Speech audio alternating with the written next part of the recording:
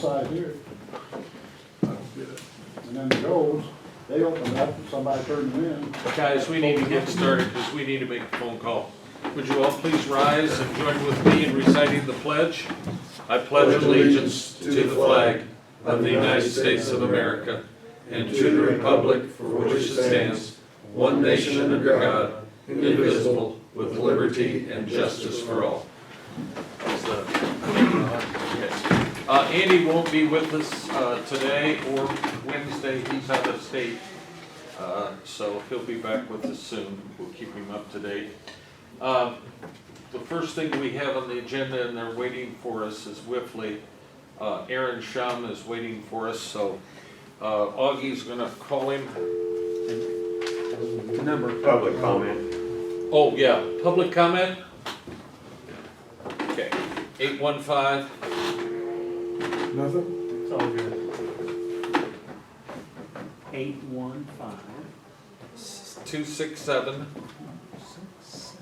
1953.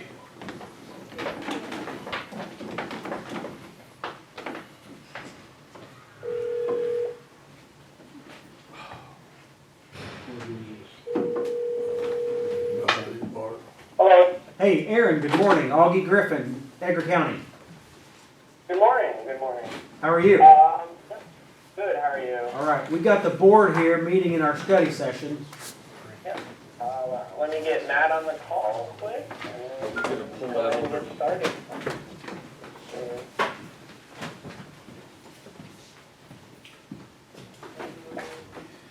They are not able to go out to areas, that's why we're doing this. Their company policy is. All right, we're calling him My now. grandson the same way. You guys went there right here.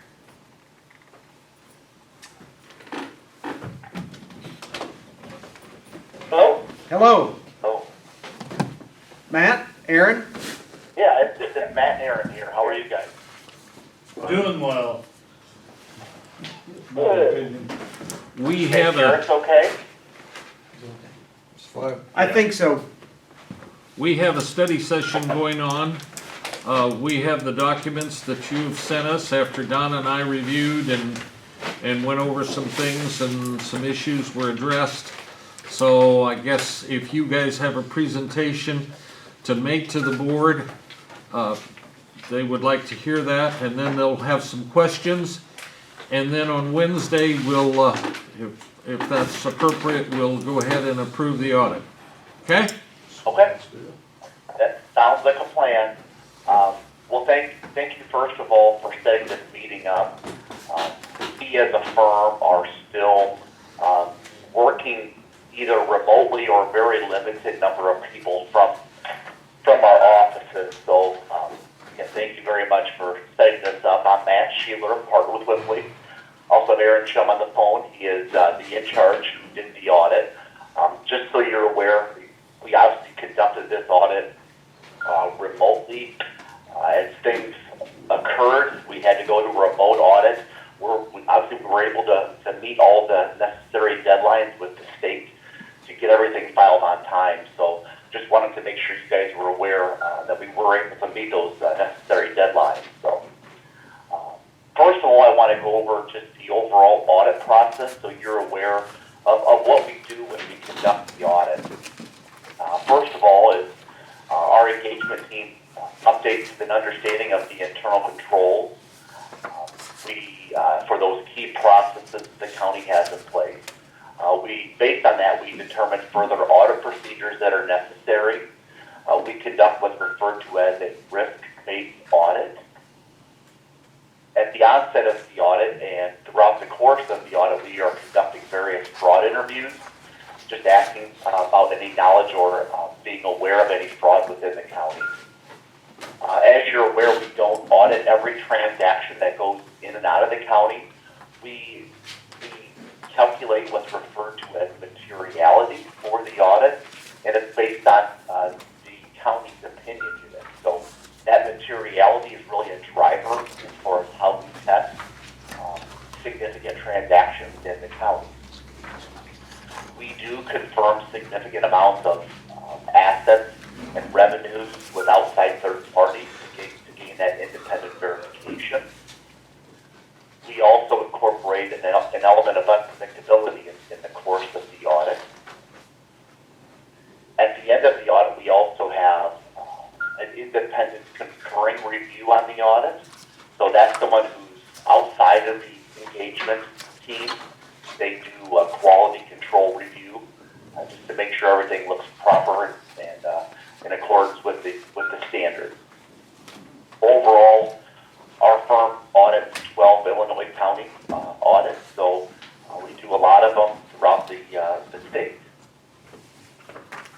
I'm going to spend the most of my time in this presentation going over the county financial report, but just to make you aware, we did conduct a circuit clerk audit, and happy to report that's required by state statute, as you're aware. We had no issues with that audit, no compliance findings, so that all was done really well. The county was not required to have what's referred to as a single audit.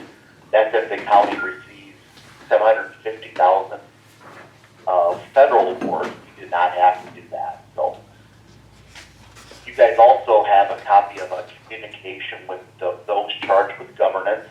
So that's the board that we're talking to right now. It just talks about our responsibilities for the audit. It talks about your responsibilities throughout the course of the audit. We're happy to report that we had no disagreements, no difficulties during the course of the audit. We had 2 very minor comments, and we gave these to all of our counties related to cybersecurity assessments and making sure that you're getting the proper uniform guidance, trainings, and that has to do with your federal dollars. So, all right. So now with that, I'm going to spend again the majority of the time here going over the financial report. So that's the big report. I'm going to point out a few key things on a few key pages. So if you have questions during that, feel free as we're going through these pages to answer or to ask some questions. So you want to turn now to pages 1 and 2. So this is our independent auditor's report on the county's financial statements. As noted at the bottom of page 1, we did issue a clean, unmodified opinion on your financial statements. So that is a good thing to report. No new accounting standards were adopted in the current year. Let's skip a few pages and go to pages 15. So pages 15 and 16 are your governmental funds. And what we're reporting here on pages 15 and 16 are your major funds for the county. And again, that's a calculation based on the size of each fund in comparison to the county in total. We do have a column on page 16 that's labeled other governmental funds. Those, of course, are audited. Details of those funds are in the back. Overall, when you look at page 16, there's roughly $4 million of fund balances on hand at the end of the year. Of course, the lion's share of those dollars are in those restricted funds. So a lot of your special revenue funds that are to be used that have restrictions on how they have to be spent. So you have a lot of highway funds, a lot of tax funds that have to be spent based on the state statute. So let's turn to page 18 and 19. Again, we report your major funds on pages 18 and 19. And then on 19, we have that column for your other governmental funds. Again, details in the back.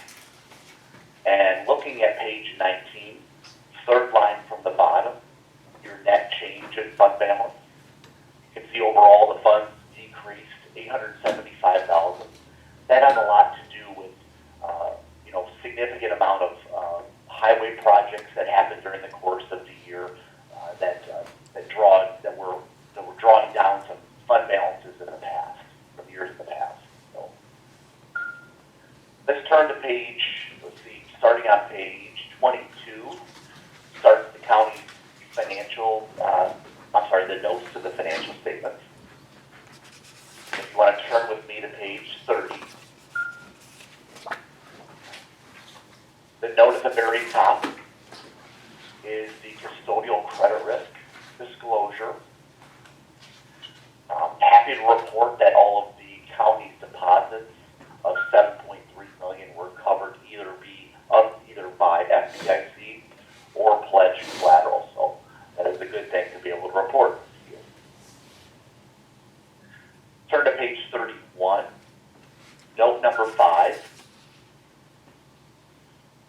So this is the disclosure for the county's IMRF pension plan. Overall, the county has 3 plans that you're dealing with. Your regular SHLEP, which is obviously for your sheriff folks, and then the ECHO plan. The one thing to keep in mind is this is performed as a 12/31/18. So similar to last year and the year before that, we're 11 months, I'll say, in arrears for this reporting, and that's very consistent with how things have been reported. So as far as the changes in the net pension liability for each of those plans, your regular plan is noted on page 34. So as you look at this, it starts with pension liability, which is how much you owe for your regular plan. Plan net position, which are the assets, with the ending result being the net pension liability. You can see at the beginning of the year, the plan was fully funded at $816,000. This year, the plan has an unfunded liability of $1.5 million. So overall, that plan is funded at 90%. After I go through the disclosures on the other 2 plans, you'll see why the plan went from being funded to having a net pension liability. Okay, so bear with me on that. Let's turn to page 38. So this is going to be, again, the same disclosure, but for the sheriff's plan. You can see overall the plan had a net pension asset at the beginning of the year of $268,000. End of the year had a liability of $698,000. And that plan is funded at 90%. Now your last plan is your ECHO plan. That's on page 42. That pension did increase to $562,000 at the end of the year. And that is funded at 83%. So not quite as well funded as the other plans. Again, as I mentioned before, all 3 plans did have an increase in the net pension liability. And the main reason for that is that the plans, the investments are invested at the IMRF Board of Trustees level. They're not invested locally with the county resources. Those plans had, when you add up the investment income for the year, actually had a loss of $1.6 million. And you compare that to prior year, the plan actually had an income of $4.2 million.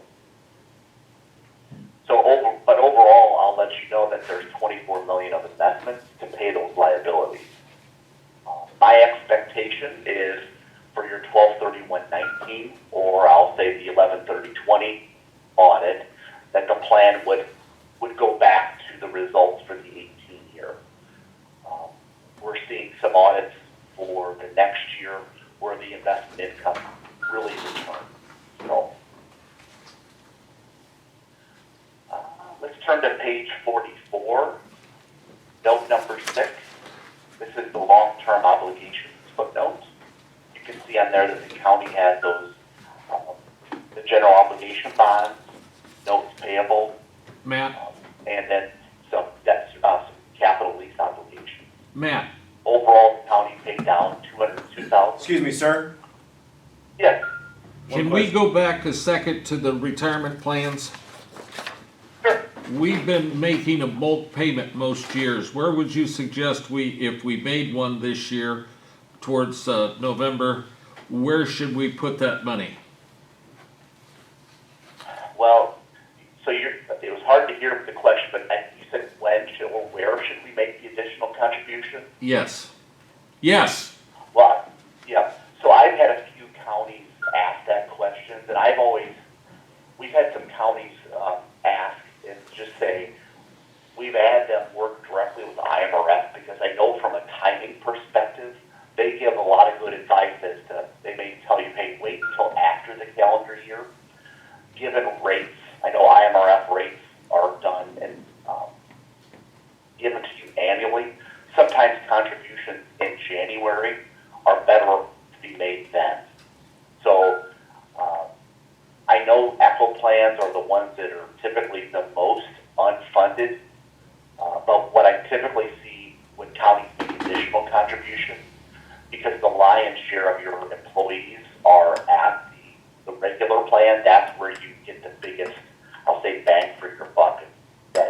contribution for your regular plan. Okay. Thank you. Yep. All right. Let's see, as far as, I guess last thing to kind of go over, and I had mentioned this last year, normally when we conduct our audit, we go over and give you some information that's more high level, where I kind of pull you away from this detail, I'll say the big audit book. I've accumulated 2 years of some summary information.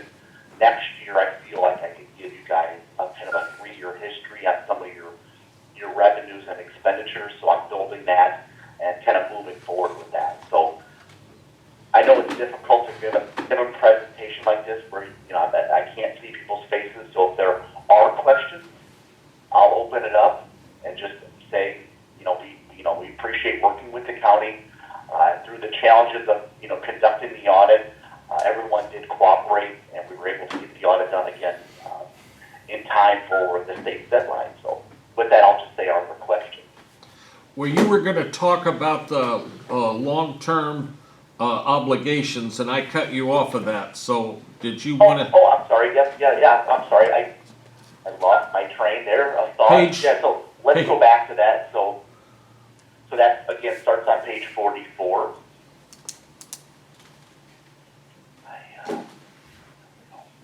So as I mentioned, so the county paid down $202,000 of principal on that debt. In the next fiscal year, between the bonds, the debt certificates, notes payable, and capital leases, the county will pay a principal on those of $240,000. So that's all. It's very, very minimal amount that I was going to talk about on that. Okay. Thank you, Yep. gentlemen. Again, any further questions? On page 92, on the findings, says the county was not in compliance with state budgeting laws. What do you mean by that? So what we do is we compare the actual expenditures to what the appropriations were. And based on the significance of that, state law talks about not being able to overspend those budgets. So the funds that we have noted in there are the ones that had exceeded their budget. So it's not a big deal, basically. Right, yeah, we have counties that get that report, and it's not an issue, no. Okay. But we're required to report that. All right, thank you.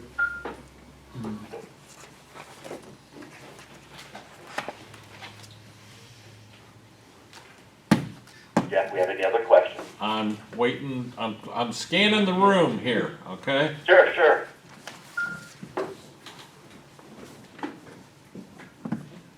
Any questions, guys? The hopes next year is that we'll be out there again. I can meet with you guys face to face. So it is a challenge for us. We as auditors like to see people and interact. So this has been a unique thing. So next year the plan is to definitely be there in person to give this presentation. So Okay. Off the audit. Okay, Matt, can you understand me? Okay. You and I talked about the new fund that we're going to be creating, and you said we had a choice to either develop a budget for the revenue source or transfer it in to the general fund.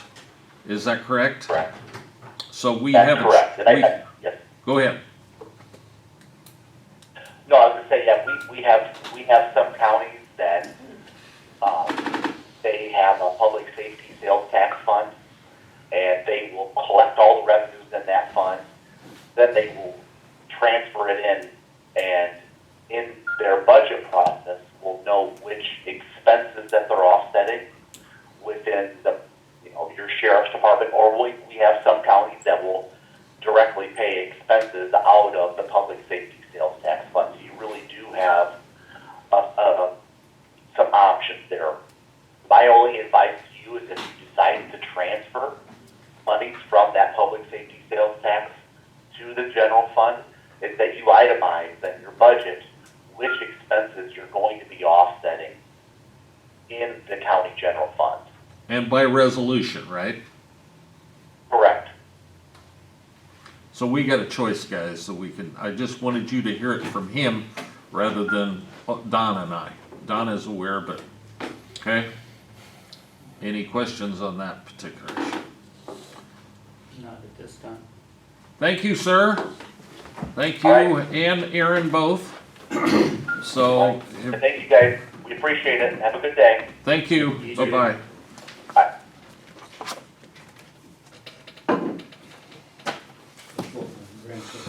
All right. Samantha and Adam, do you wanna, Yep, you guys have your reports in front of you for May. May, we had 137 total 911 calls, still averaging the same, about 4.4 a day.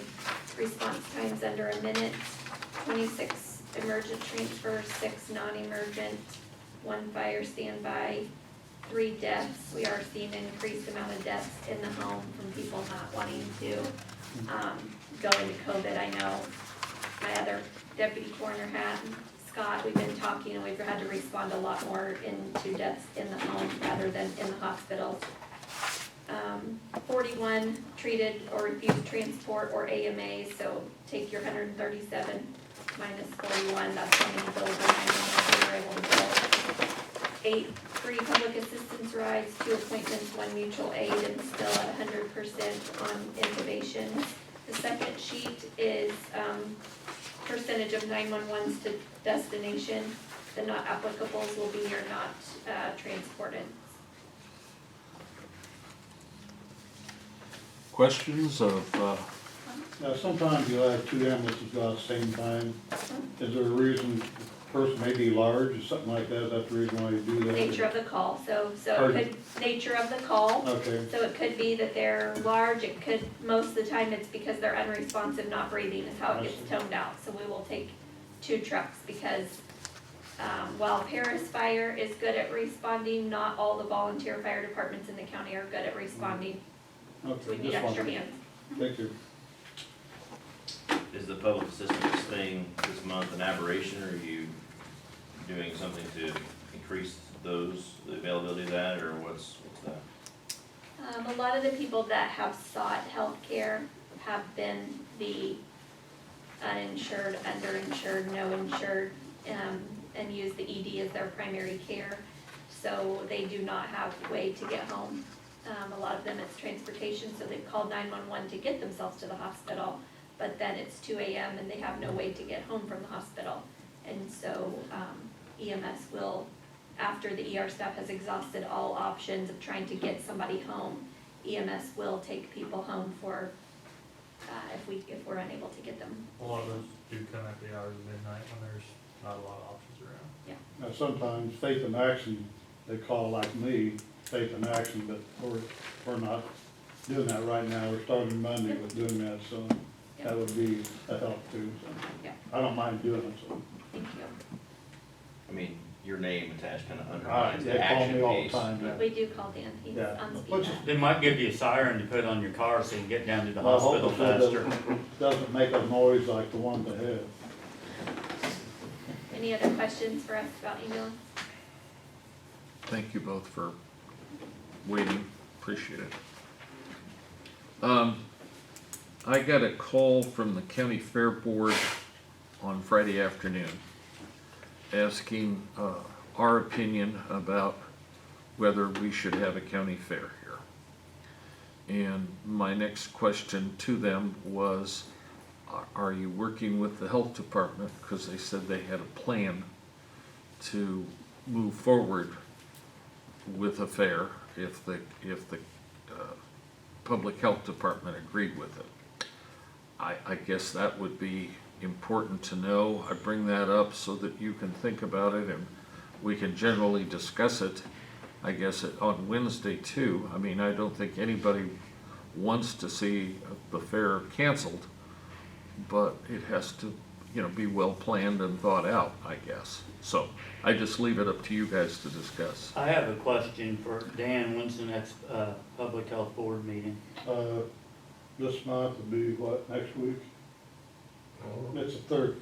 the third Wednesday of the month. I'm just thinking it would be real nice if some representatives from the fair board could be at the public health board meeting to let them sit down and discuss it and see what options are and It's a week stuff. from this Wednesday at 7 o'clock in the morning on Shaw Avenue.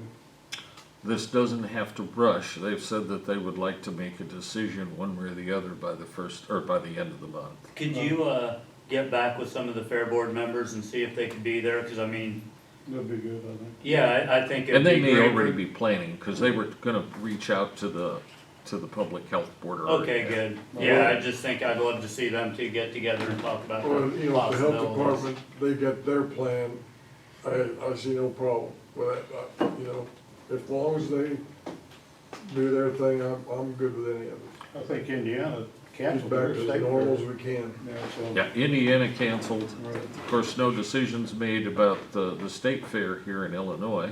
I know Vermilion County is canceled, and I'm not aware of anybody else at There'll be this a lot point. of work over to organize, and when's the fair? Last July, so you got all this work to do before July, end of July. It's gonna be a lot of work for health department.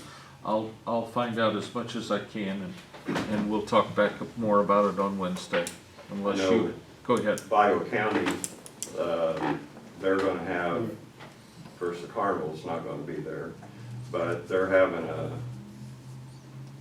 Friday, Saturday, Sunday, 3 days, they're gonna have events in the grandstand, a concert,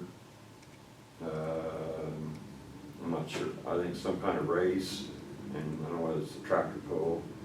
The 4A, I was talking to the guy last week, I guess, the 4-H is going to have some shows, and instead of being there like all week, how they've been in the past, like on the hogs, they're gonna come in one day, show, and then leave, and then the next day, I think cattle are coming in. I talked to a 4-H association member this weekend, and they're supposed to meet this week to talk about, because I think they did cancel the 4-H and was gonna do it virtual Right. shows. That's but- correct. But they're gonna have some further discussions to see how they could maybe, work it out so they could get the animals to come in some way, somehow.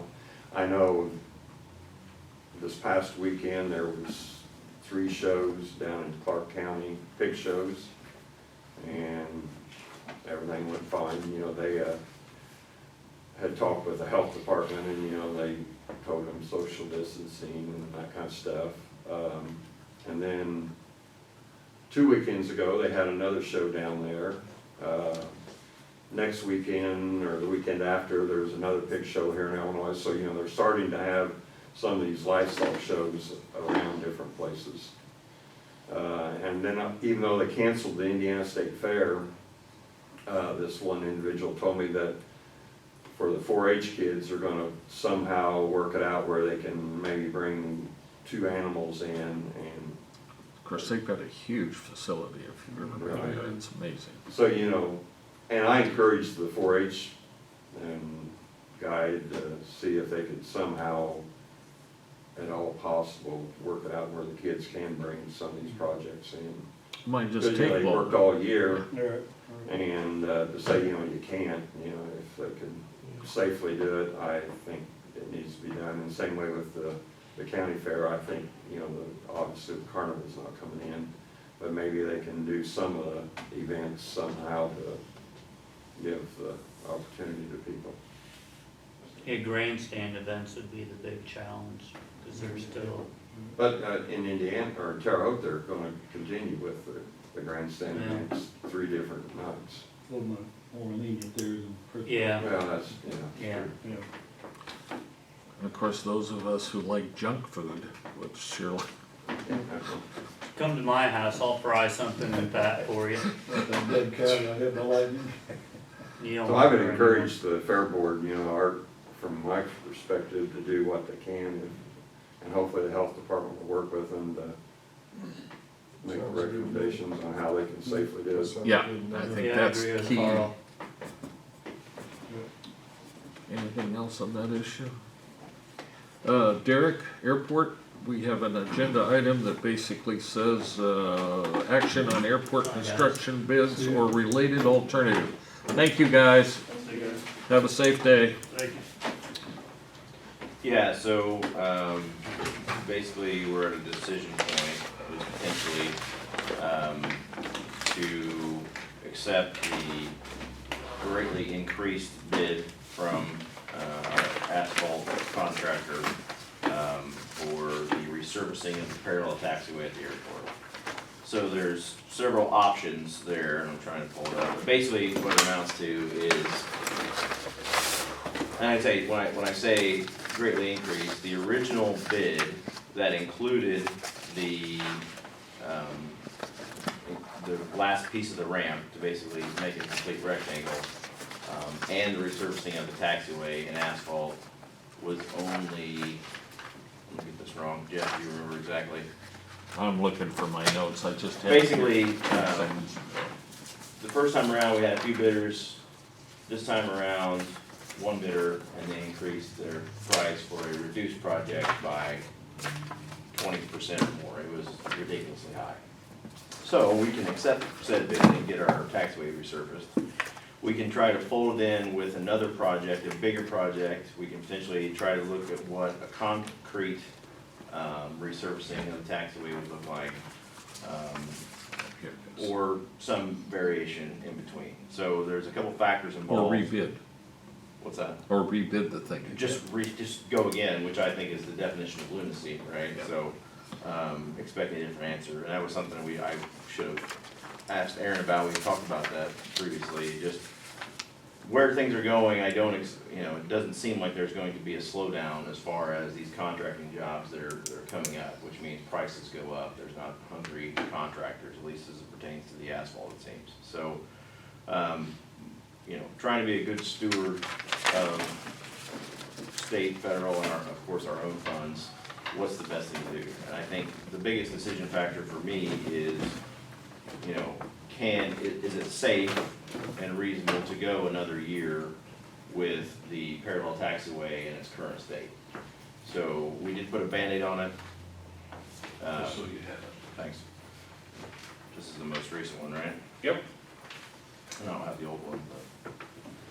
So basically, the bid on here was basically 30% higher than the engineer's estimate revised, $488,497.52 for the resurfacing of that parallel taxiway. So,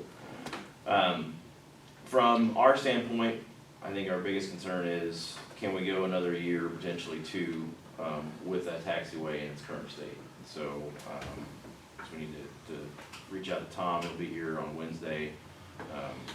We're also having Barry here this Wednesday. He's trying to interface with the state for the second side of this, which is, is it possible, are they willing to help us in some shape or form? Because basically they put the stop on us accepting the first bid that was about 20% over. So that first bid of 20% over is nothing compared to the current bid, right? So it's this trend line going up of cost. So, is there something they can do to help us? Can they give us some insights on what they'll be willing to work with us on as far as how we're gonna move forward with these projects? What's the state of our current taxiway? Can we go another year or two? And, the other piece that's going on is the federal 100% funding for projects earmarked in the 2020 year. I don't know exactly how that all threads together, because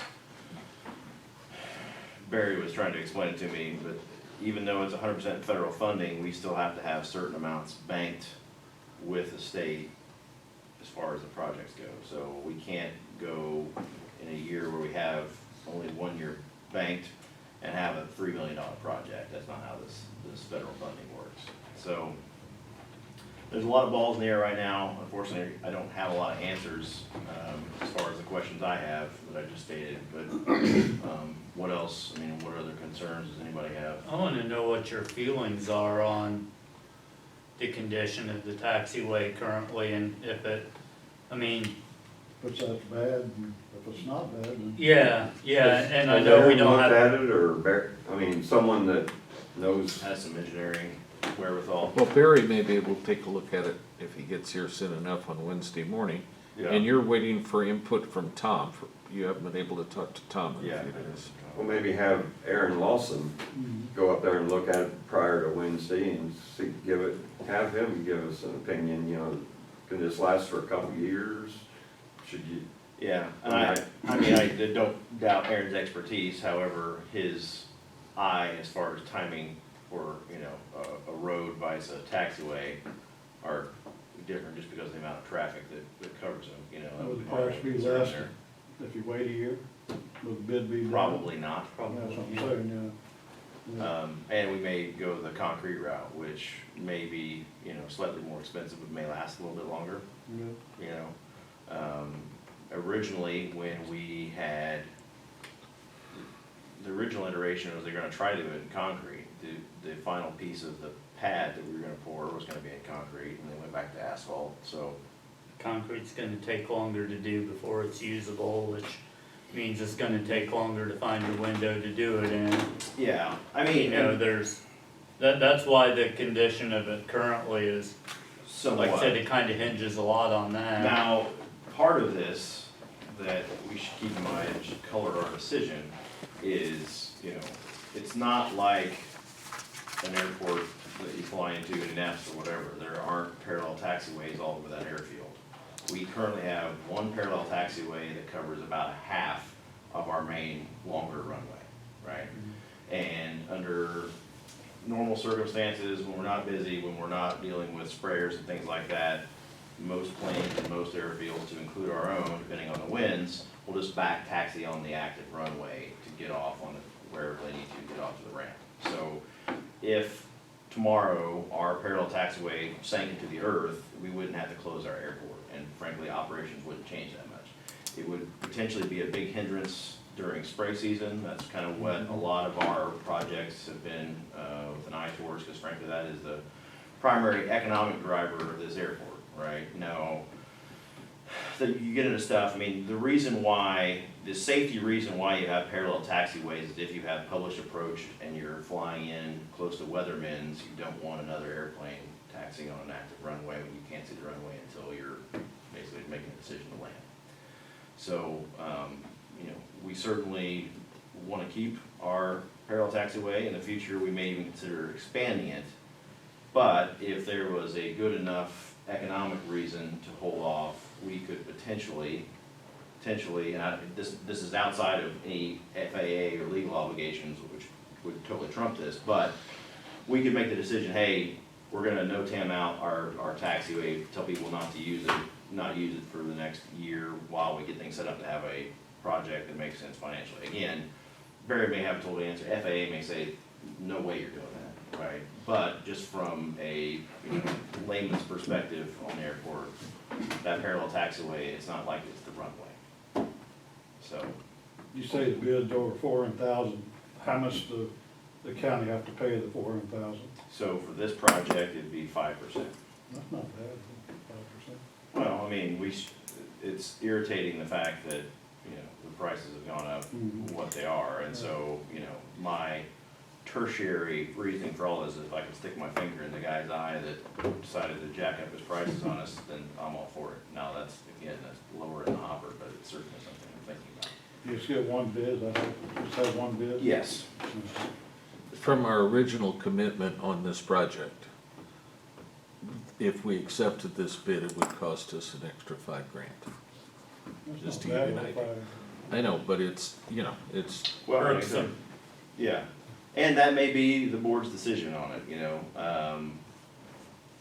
I would like to know what our options are, and I hope by Wednesday, we will be better armed with information to make the best decision. we need to keep an open mind on And it. you said Barry's coming down Wednesday. Barry will be here Wednesday. I was trying to get a hold of him, he's gonna try to talk to the powers that be at the state this morning, and he hadn't heard from anybody yet. I was texting him, so. They should have accepted that first bid that was what, Yeah. 20-some, Robert Darby, remember? Yeah.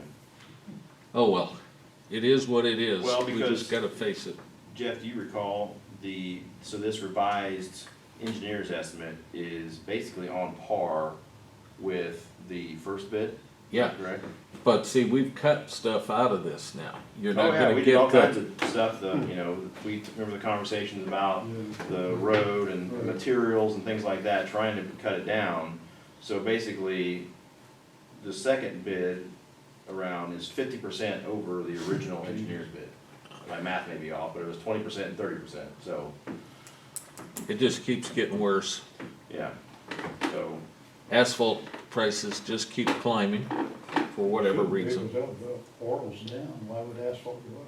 well, just demand, and it's not necessarily, I mean, that's part of it, yes, the materials, but it's also, if these firms have an opportunity to work on a road project, they prefer that to an airport project, so, that's all part of it as well. So as long as these contractors are engaged and busy, I'm not expecting any great bids from them, or having more than maybe even one bidder, so.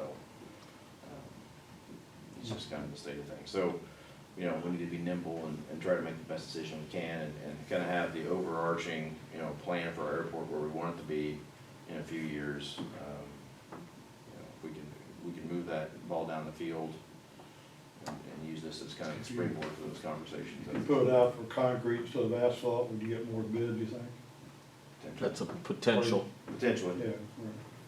And see, you could always make it an alternative. In other words, you could have the bid primarily for asphalt, and then on that line item, what's the bid for that, Right. for concrete? So that was typically the state doesn't like to do that, so, it's potentially we could, if they allow it, we can say, hey, contractors, give us your lowest bid using whatever materials your best bid comes from, right? And so the state doesn't always like that because that requires more engineering work on the front side, more planning, so they try to dissuade that, but we're kind of in a position where we need a better answer than what we're Need doing. more work for concrete, right? Could you have to tear out your old and put in new? That's, kind of what Barry thought, is he'd probably just tear it all out. But, another thought as well, or another concern would be if we go longer on with the asphalt, it may be that we need to tear more out than was initially spec'd. So just as a wear and tear happens, so. Hopefully, we'll have some of the answers on Wednesday morning, enough for us to make a decision. There was a lot of me talking without a lot of information, so apologies. No, Good that's, job of saying nothing in 5 Yeah, minutes, right. Derek. Yeah, I commend you. That reminds me of somebody else. do we wanna talk a little bit about 911? I know that, huh? Go ahead. There was a 911 meeting this morning. They were talking about the new systems they're getting in, the new gen systems, and possibly going into, well, not possibly, they very much would like to go into the portion of the jail that they built a number of years ago and retool that area for 911. To that end, we're gonna have a sheriff's meeting here as soon as we can get a hold of Andy at the beginning of next week. Plus, did they set up any study sessions where we'll have input and discussions on it? June 23rd, I think, Okay, so we got time. where we meet, after we meet, then we can meet with them. Right. June 23rd at 9 o'clock. The thing that we intimated or expressed to them is they can go ahead and decide they're gonna do it, but they're gonna need, since it's part of our building, they're actually gonna need, I guess our approval or at least our acquiescence to them being able to do it. And we have some questions that need to be answered, that the judges oppose, that the sheriff's department has. The 911 doesn't operate in a vacuum, and there's a number of questions that we need to get answered to make sure that that's the right course to go, so that we can tell, yes, Dan? What happens to the money that they pay the county? We will not get that anymore? No, that would still be, Okay. that's predicated on personnel. That's not predicated on Okay. facilities, Dan. Okay. Okay, but it's So a we still good get the question. money. Yeah, Okay, so that is not the issue. okay. Additionally, we're asking that they talk with and for and about the city's combination of their dispatch with our dispatch, at least at some point. so that economies can be realized by the county, 911, and the city in a symbiotic way that everybody benefits from the combination. Now, that may not take place when they refit or retool with new generation equipment, but maybe we can get things set up so that next year that those things might take place, so that, you know, everybody can save some taxpayer money, or save the taxpayers some money on how we're operating. So the city's looking at merging back in with the county 911, Well, potentially. at least the dispatch. I mean, 911 is a separate function. Right. Okay, Carl, you probably know better how to explain that, but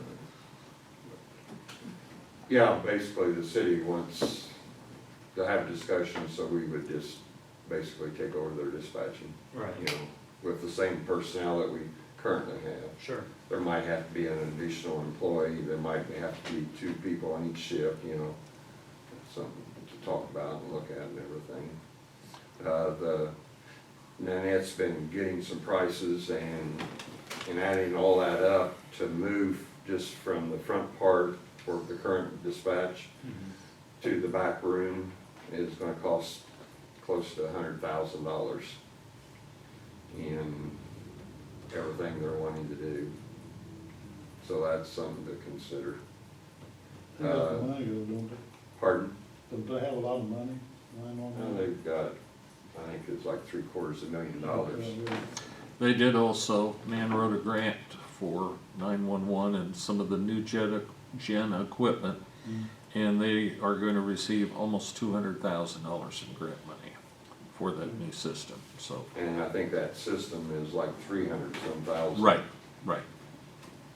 And we've already paid for part of it, but you know, it's something that the state's requiring within, originally it was 2020, but now it's 2021 next year.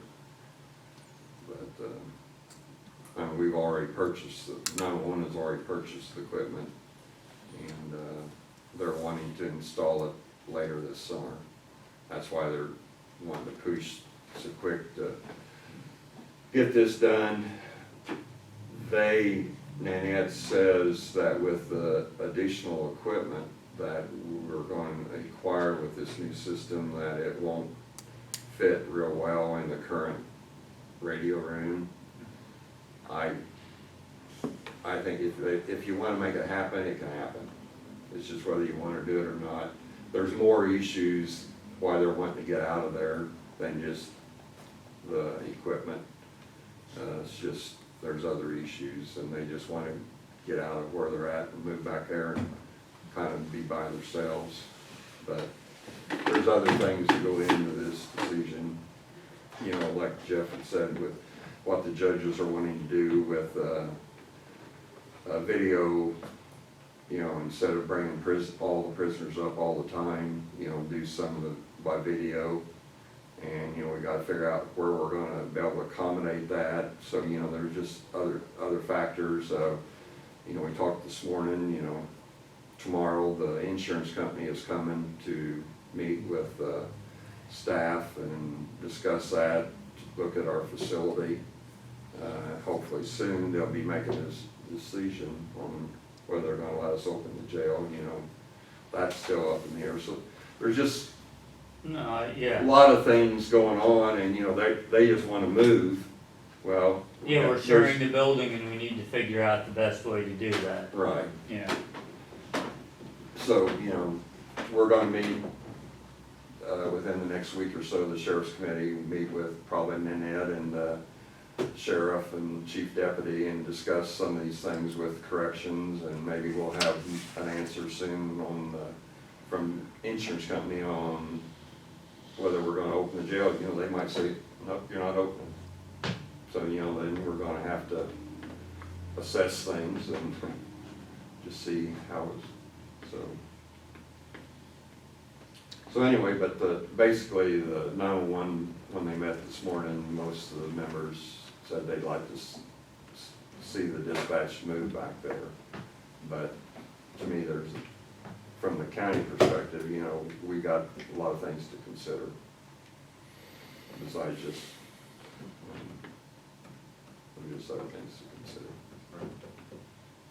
Okay. Questions of Carl? The jail. Oh, go ahead, I'm sorry. You're right on the money. I was just gonna ask if we're full up on the jail. We got baseboards and ceiling tiles and I went in there today. I can show you a picture of the baseboards.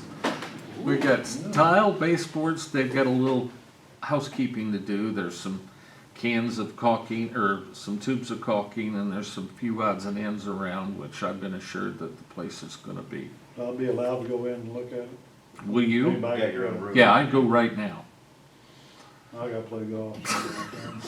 No, We'll punch a caddy and then you'll be able to get a nice tour. it is quite a transformation, Yeah, okay? about 3 years since it's been. But the biggest thing we need, Yeah, You need to check it out. yeah.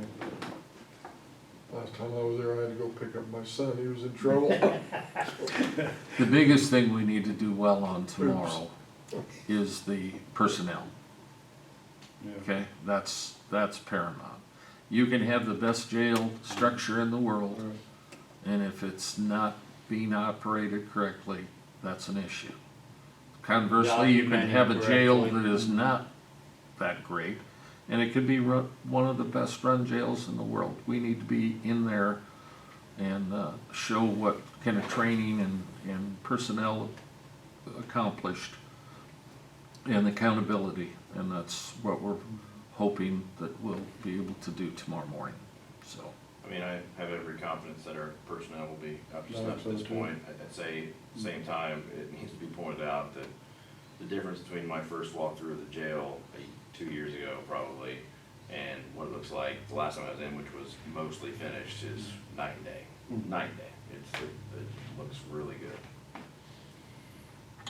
So, And it sounds like Jay has Man, made remarkable headway with the paperwork and he has. staffing requirements and all of that side of it, which is just as important as the physical structure, as he said. And there's cultural changes that have taken place, or at least taken root. I think more needs to be done, but, you know, you don't just wipe things clean. So what's our expectation from the insurance company? Are we gonna get green light at the end, or a decision at the end of their walkthrough, or we're gonna No. have to wait He has said 6 that, months or? he thinks it'll be not very long. He wouldn't promise, I'm guessing that we'll know. He's gotta get, you probably understand this better, but he's gotta make sure that the underwriters are buying it, because they turn that over to underwriters too. And, I'm hoping within a week. I guess I shouldn't say that, but I would think that sometime within a week. And they said that they would, even before it was official, they would let us know, Okay. so. At that point, we gotta be ready to hire, basically, is our Yeah, next. and we have a list, and I think I did talk to, and I don't know whether you talked to him, but Jay had gotten like, what was it, 13 or 16 apps. I think they've already weeded out, or at least pared that list down to some that they wish to talk to further, and so. But Go ahead. Last week, one of the current Yeah, correction officers quit, which, is that the kid? the Testament boy. Oh, okay, all right, You know, okay. He was fully trained and everything. Yeah. Been there for 2 or 3 years. but Yeah. He found another job. Did he? Okay, see, I wasn't aware of that. I knew we had one that hadn't passed his test yet. I just wondered if it was him, so. Yes, sir. Kind of a stupid question, but, how they do the meals, that put out on bid, I know they get the meals out Terre Haute, right? For the prisoners? No, I don't, they're, They were. They were, but yes. They're gonna do something different. I just asked, I Yeah. think we should do something different. They're planning on doing something different. They don't know what they're gonna do, but they're gonna do something different. But used to got them out Terre Haute, right? Yes. yes. So I thought, Cause them and us and Clark County both got it, and I think Clark County eliminated them, and they're going through a local restaurant I down was there to saying, get their was there a meals. local restaurant that would be willing to do that, or do you know? Possibly, but they're looking at the possibility of getting a convection oven I see. and like getting cereal for breakfast and maybe, I Peanut don't butter know. and And they've jelly. talked to the health department on what they can and they can't do. I There's a just wondered- prepared meal that you can have Kinda shipped in. stupid to have to get meals out Terre Haute. They're pretty cheap, but they weren't very good. They were cheap. Sounds like home. Now, Ooh, you remember, she can review this. She's heard it, straight up. now, as far as the, testings and certifications and everything, and trainings for the jailers, how is the state doing on that stuff? Cause I know a lot of testing has gotten shoved back and canceled with COVID. So I mean, if we hire somebody, can we get them trained and certified quickly? I think they've, of course, I Trying to don't see. know whether the states, they don't run the training things like they used to, but they go to, like there's a sheriff's department somewhere in northern Illinois that they've already got a spot or two booked for this summer. Right, that's what they've got 2 booked right Yeah. now. And I That can't sounds like we remember. might need a third if we lost. Well, and remember, they don't have to be totally trained up for, what is it, a year? year. Officially certified. Right, so you've got a year to get them through the training academy. Is that, So the Yeah, current, they no, have, that answers my I just didn't know, you know, there's so many training programs and testing things that are shut down at the moment, I didn't know how that was. all right, gentlemen, is there, I know, one more thing, Dan, and, go ahead, Dan. Sorry. Something about the health department, something quit or broke, or, I was gonna ask Sandy, it was on the email or something, I forget what it was, but something about their, I don't know, I was gonna ask Sandy about it. It was a piece of equipment that quit working or broke or something, I need to check with Janet on it. I don't know. Yeah, okay, I didn't know if you knew or not. Augie? Are you asking me about that situation, or do I have anything? Yes. I sent out an email, I forwarded an email Friday afternoon from Chuck Hernandez with SmartWatch, and I do have a report from Carl and John right here.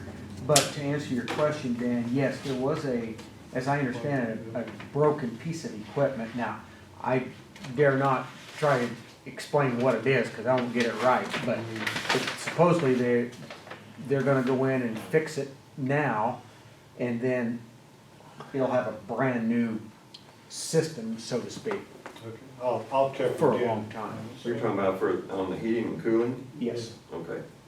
Yeah, it was something that was not already installed. It was an older piece that they were gonna Older piece, yeah. continue to use. Right. Okay. And I don't know if chiller's the right word or not. I think that it was it, Yeah, seems to me, so.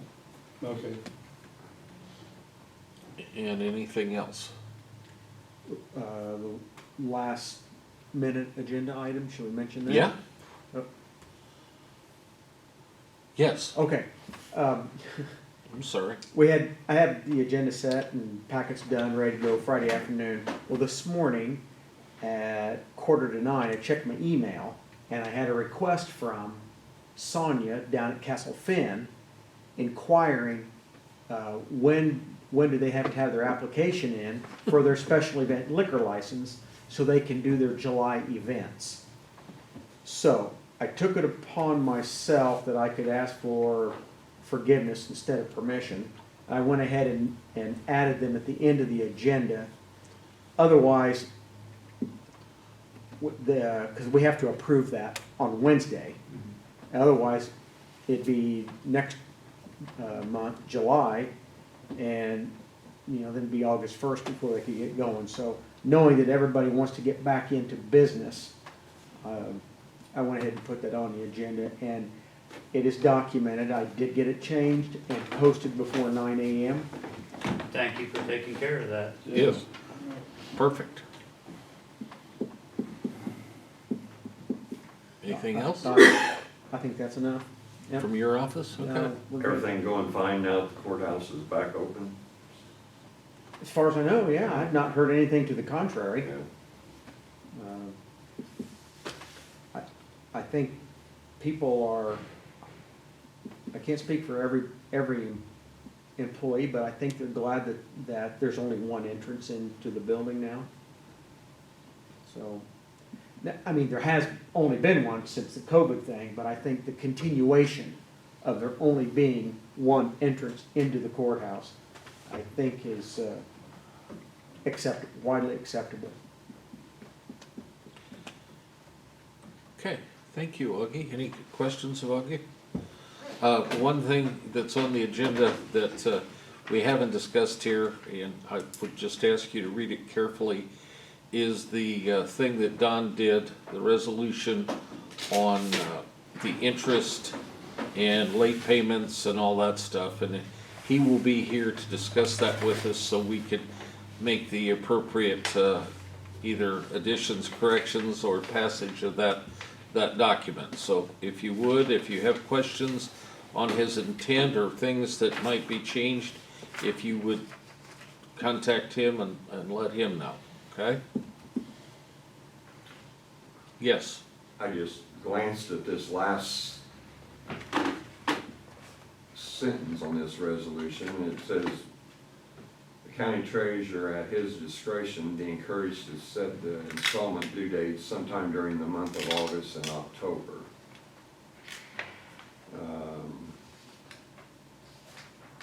Does anybody have any comments on that? No, we worked out last time. Isn't that Well, the yeah, one? I think the reason he's put that in there, and I'm sorry, did I interrupt? Is that he still doesn't exactly know when he is going to get the finals so that he can start billing. Does that make sense? I mean, if we pass it on Wednesday and give him dates, those dates may not be right if for some reason they get held up. So it's his authority on when they are collected. It is anyway, I mean, normally. But that's what you can And ask we- him on Monday morning, or So, but if we feel like like the October one needs to be November, we can talk, we can change it. After we we discuss can it. change it or he can change it. I mean, is it his decision then? I don't know, we'd have to ask him Wednesday morning when we're talking about this. Well, and I mean, it was a discussion Right. last time, so Yeah, I- he's pretty amenable to whatever. you know, Well, we agreed upon. yeah. I just don't want it to be set in stone that it's October, cause, I'm some of the people I've talked to, you know, it's gonna be tough for some of them. I was talking to a lady the other day that was talking to someone at the bank and said there's, you know, people for several months haven't been able to make their mortgage payments, and part of the mortgage payments includes taxes. And they're concerned, you know, how they're gonna get paid and everything, and I know another thing to consider is, schools and different people needing some of this tax money. You know, that's something to consider, but also, I'm thinking about the taxpayers myself, more so than the people that are getting the taxes. I think the whole thing, that's just a recommendation. Right. It can be changed and still be an agenda item. We can cross out something and put something else in there when we're talking about it. And I think some of that, what really comes into play with a lot of it is, and I looked through the agenda and didn't memorize it, but it also talks about, you know, forgiveness of fees for a time period. And, I mean, face it, both us as the county and the school districts and everybody else, if we can get as much money in as we can soon, great, I would love to see it.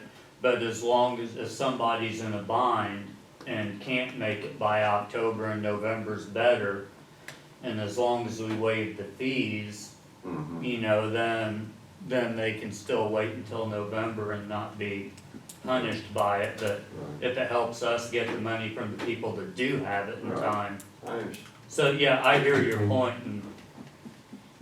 and it's valid. I think Don would go along with what we feel anyway. And his point on waiving the October fees at the last discussion, as I remember it, was cross that bridge when we get to it. You know, we already did for the August fees. Yeah, See, he did say yeah. that we could amend our decision down the pike too. Yeah, but we can't for the August, but we can for the October. or But November. when he sends these tax statements out, there's gonna be a deadline. Right, and he you know, on the acknowledged that, second one. but that can be modified even after the fact. Yeah. And I mean, he was pretty adamant about having some sort of penalty associated with paying it. You need to at some point. Right, Yeah. so, you know, like I say, I think we can find our way through it. Then you've gotta deal with the tax sales. I mean, eventually the state's, he's up against the other side, which is, you know, the state hasn't amended what they expect us to do Mhm. either, so.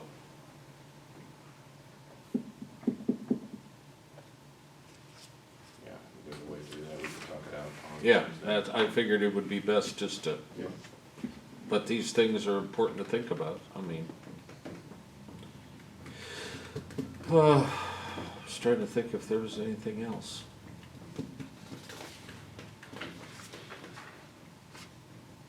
We have to have a closed session on, old minutes to make sure we wanna keep them closed.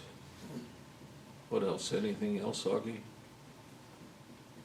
Closed session now or Wednesday? No, Wednesday. Wednesday, I'm sorry. We Yeah. still have I a was back lawsuit on the pending. agenda. Excuse me. We still have a lawsuit pending. Oh, we, Oh, we do. I think in Carl's and my almost 10 years here, have we ever had a time when we didn't have a lawsuit pending? That's true, yeah. Okay. So, anyway, anything else to come before the meeting this morning? Motion to adjourn. So Okay.